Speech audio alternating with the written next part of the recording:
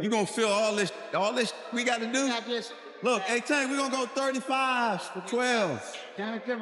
Many years ago, legendary champion Marvin Hagler remarked that it's hard to get up and do road work at 5 a.m. when you're sleeping in silk pajamas. In other words, when you're hungry, when you're chasing something, the grind comes natural. Good. But once you're comfortable, that fire can fade. The newly released footage from Tank Davis's second day of training camp, shared by Prime Video, gave fans exactly what they were hoping for. It wasn't just regular gym clips. It showed a more fired-up, focused, and determined Tank than the version we saw in his first fight with Lamont Roach. 10, 9, 8, 7, power, 6, 5, power, 4, power, 3, 2, one more. Good. Under here. Roll under the bed. Just jump. That lawnmower, that's that.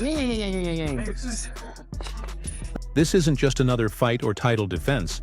This is the return of Gervonta "Tank" Davis, he said at the start of the video. From the moment it begins, you can tell things are different this time. Tank has completely changed his routine. Now, his days start early with a morning jog and end with another run in the evening. In between, he follows a strict meal plan designed to fuel his body with exactly what it needs to perform at its best. For a very, very big moment. What is your normal day-to-day like at this time of a camp? I'm also a night person, but I might go to sleep probably around like 3 to 4. Probably wake up probably like 11, get my run in, and then eat, probably lay back down, and then wake up probably like 6 or 7 and get my night workout in. Damn, so you're doing 2-a-days at this point, running in the... When it comes to his weight, Tank is making a real shift. For the first time in a long while, he's focused on building muscle to boost his strength and power. As the WBA lightweight champ, he hit a wall in their last fight, realizing his usual power didn't faze Lamont Roach. That moment sparked a change. Now Tank is locked in, knowing that to beat Roach convincingly, he has to improve across the board. Stronger, sharper, and better in every way.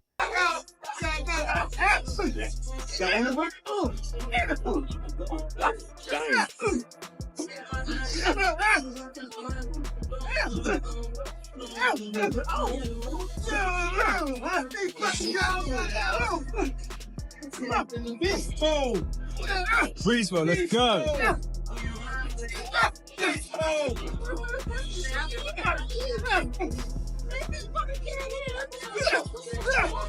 I know I can beat him. I've done it before. This isn't about him. It's about me. I just have to be better in every area, Tank said. That mindset is exactly why his training has completely leveled up. One major change?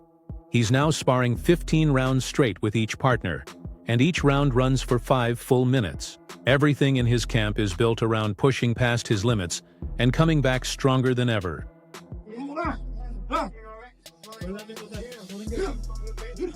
Oh, there you go. Good pass. Oh, there you go. There you go. There you go. There you go.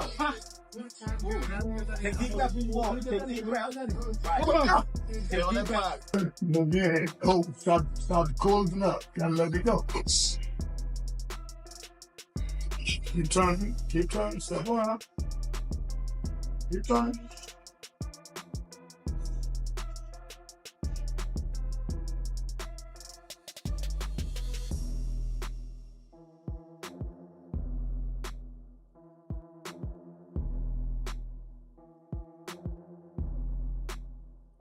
The goal behind this intense training is to boost his endurance and overall athletic ability. Gervonta "Tank" Davis is putting extra focus on his footwork, making sure his movement is smoother and more controlled. Especially important against Lamont Roach, who likes to stay close and pick his shots. Tank is also dedicating solid time to shadow boxing, hitting the mitts, and working the punching bags to sharpen every part of his game. How your balance felt like?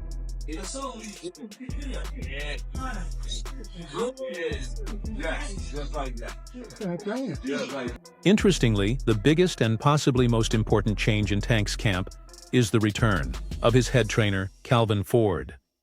His presence brings back the energy, guidance, and sharp focus that could make all the difference this time around. Ill will isn't enough. Thus, the heightened intensity in camp. Turn it up, turn it up. Oh, good rim. I like the way y'all jump right back in. Calvin Ford's absence from Tank's corner in the first fight against Lamont Roach was hard to ignore, and many believe it played a role in the outcome. For the first time, Tank didn't have his longtime head trainer guiding him, and he ended up with a loss. Still, Davis quickly reassured fans, saying, "Calvin's back in the gym with me now. He just needed to return to make sure everything's locked in. Coach Barry's here too. The whole team is back, and we're all on the same mission." Tank expected Ford to be in his corner on March 1st, but the veteran trainer had his reasons for stepping back.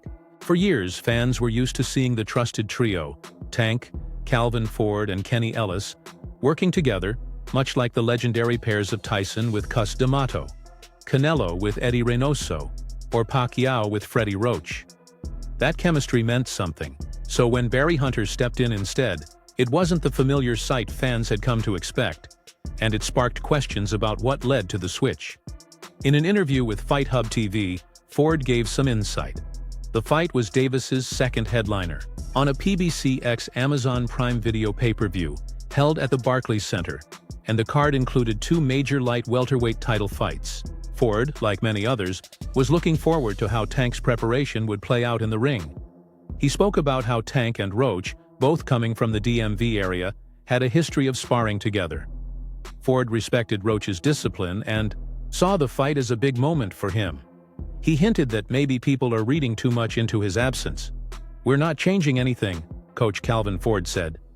He explained that he simply took a step back, but the structure of Tank's training remained the same. The reporter clarified there was no suggestion of a fallout between Ford and Gervonta Davis.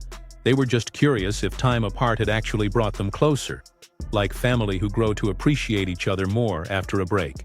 "No, he came to see me, told me to slow down. He was worried," Ford said. "He knows I spend a lot of time with my amateurs. That's my piece." Even though he wasn't leading Tank's training directly, knowing Tank was staying focused gave him peace of mind. Ford admitted the break helped them both realize how much they value their connection. When he returned to the gym, he could feel that Tank had missed him just as much as he'd missed being there. While it's unclear if that distance had any direct impact on the fight, it could explain why things didn't click the same. Barry Hunter offered a similar perspective. In an interview, he confirmed, "Calvin will be there, Coach Barry will be there, Coach Boogie will be there, and Kenny will be there too." Though Ford and Ellis may not be in Tank's corner on fight night, they're still deeply involved. And Hunter made it clear, it's not a big deal. He reminded fans that changes like these aren't new. Hunter's been part of Tank's journey since the early days and is no stranger to his team. Like Ford, he pointed out that the internet often runs with rumors, ignoring the full story. For Hunter, Tank isn't just a fighter, he's family. Everything suggests this was just a short-term shift, not a permanent split. We did how many rounds? We probably did at least like 8 straight. Yeah, but you in the bag for about 8-2. Yeah, That was good. You're not in bad shape. yeah. Just got to pick up my Of run. course. No one saw it coming on March 1st when Gervonta Davis took on Lamont Roach Jr. Almost everyone expected the Baltimore fighter to deliver another big win. But when the final bell rang, fans were left disappointed. Beyond the controversy that followed, many felt they had witnessed a Tank who seemed distracted and unusually passive. If you've seen David Benavidez's recent interview on Pound for Pound, you might want to add one more word to describe Tank: burned out. And Lamont Roach. Can you tell us a little bit about the history between them two? Oh man, they've been knowing each other from the amateurs, silver gloves, everything. They grew up actually together, you know. Roach and him back and forth battles and whatnot. It's gonna be a pretty interesting fight, you know what I'm saying? Because Roach he come to fight, and I think it's a great fight. Light heavyweight champion David Benavidez joined hosts and former UFC champions Kamaru Usman and Henry Cejudo on their popular show's latest episode. They covered everything from Benavidez's recent fight with David Morrell to Canelo's clash with Quandre. But when the conversation turned to Gervonta Davis and the March 1st fight, things got more serious. For Benavidez, it wasn't just the controversy over Tank taking a knee and not being penalized, or even the fight's outcome. It was how Tank fought that really stood out. What bothered me about Tank was that he gave Lamont Roach way too much credit. He was basically helping him stay in the fight by showing him too much respect, Benavidez said. Talking all that stuff about, why Roach? Because he signed and took the fight. You know what I'm saying? And it's good for the community. Now, do you feel like there's unfair criticism because of Lamont Roach not being as known of a fighter?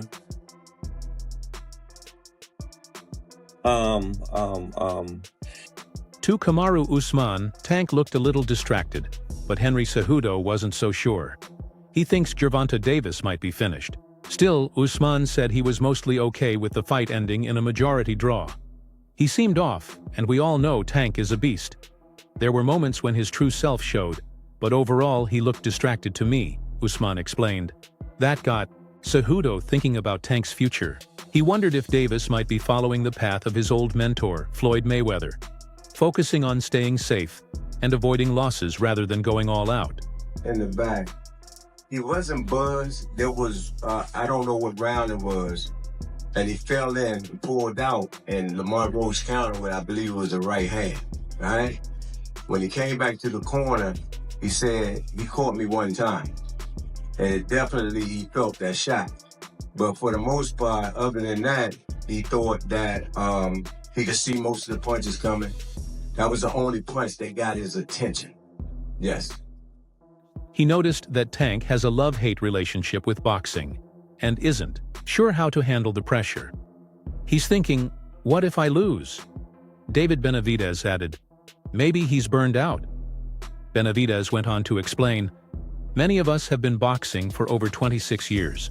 I'm not sure how long Tank has been at it, but the difference is he started very young, like age 5. That long journey could explain why he seems to be running low on energy or showing signs of emotional fatigue today. I'm getting back at the gym in like a week. I'm gonna take a good, probably like a couple of days off, but I gotta get back in the gym. Ball ahead, pass it, man. Yep. Hey man, Warren here from High 97. Lamont definitely learned stuff about you in this time, in this bout right here. What have you learned in this fight from Lamont that you could take forward in the next fight? I could have stopped him. Given Tank's talk of retirement and the success he's already achieved, it's possible that his hunger has faded. What Benavidez said is his personal opinion and can be debated, but it's hard to ignore the points he made. A good example to consider is Anthony Joshua. Unlike Benavidez or Tank, Joshua began boxing late at 18 and climbed through the amateur ranks, eventually reaching his peak by winning a gold medal at the London Olympics. It's me. Definitely my fault.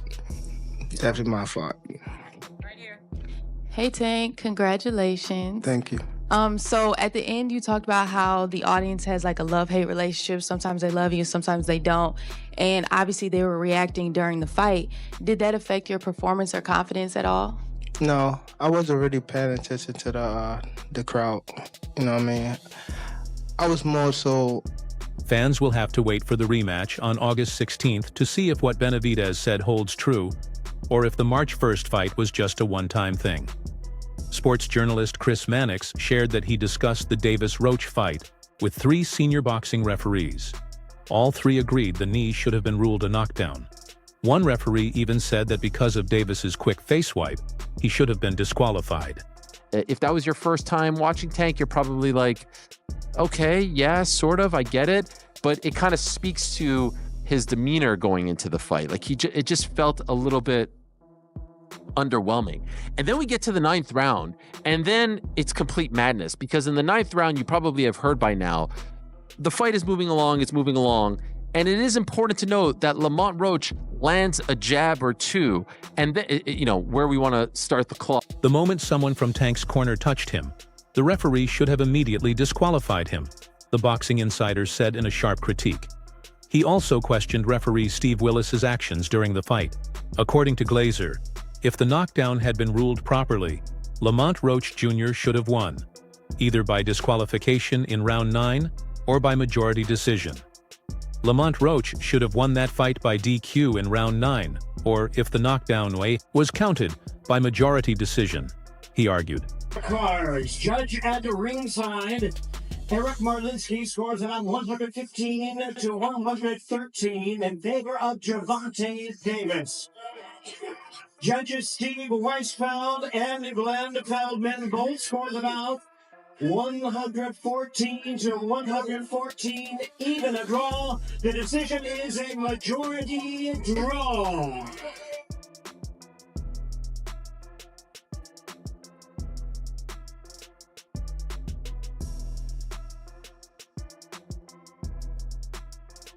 The 29-year-old from Washington, D.C., challenged Tank for his WBA lightweight title on March 1st, delivering the best performance of his career against the three-division world champion in New York.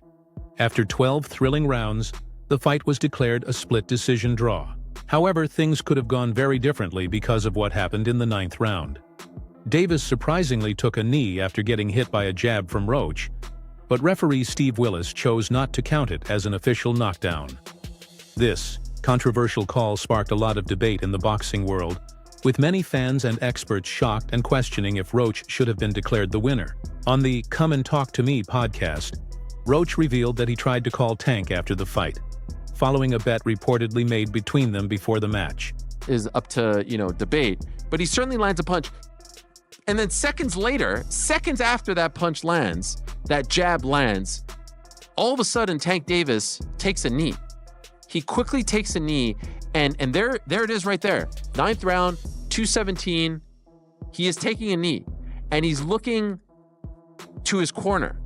And he also, ever so briefly, it appears as though he's almost trying to call time.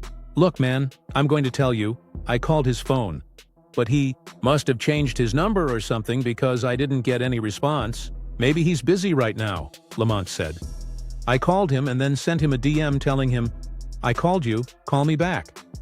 I didn't really talk about the money, just asked him to call me back. Lamont and his team are still upset about the fight's outcome and the lack of action from the commission, but they appreciate the support from boxing fans. Roach's attorney Gregory M. Smith told ESPN, Lamont is confident the rematch will end in his favor. Until then, he remains the people's champion at 135 pounds. In case you don't know, in boxing, you take a knee, that's considered a knockdown. You cannot call time. And you know what you also can't do? You also can't go to your corner mid-round and ask them to wipe your face. Ask them to do anything. You can't get a swig of water. You can't do this. You cannot do that. But that all happened. And so the referee for this fight is a legendary referee. Steve Willis, you have probably seen him in GIFs. He's... After the fight, Davis from Baltimore explained that he took a knee because hair product grease burned his eyes. He was also allowed to have his corner wipe his eyes with a towel during the round, which is against the rules. Only the referee can stop the action. Davis's ring IQ is often underrated. We've seen him adjust quickly in early rounds against other fighters, but this time he never seemed to find his rhythm against Roach. After the match, Roach gained plenty of supporters. His friend and Davis's rival, Shakur Stevenson, praised Roach's performance and even offered to be his next opponent. That's all for now. For the latest updates, news, and highlights from the world of boxing, subscribe to our YouTube channel and turn on notifications so you don't miss any quality content like this. Until next time, peace. You've probably seen it all over social media. Then he stops counting and the fight resumes. That should have been a 10-8 round for Lamont Roach. Or if you scored that a 10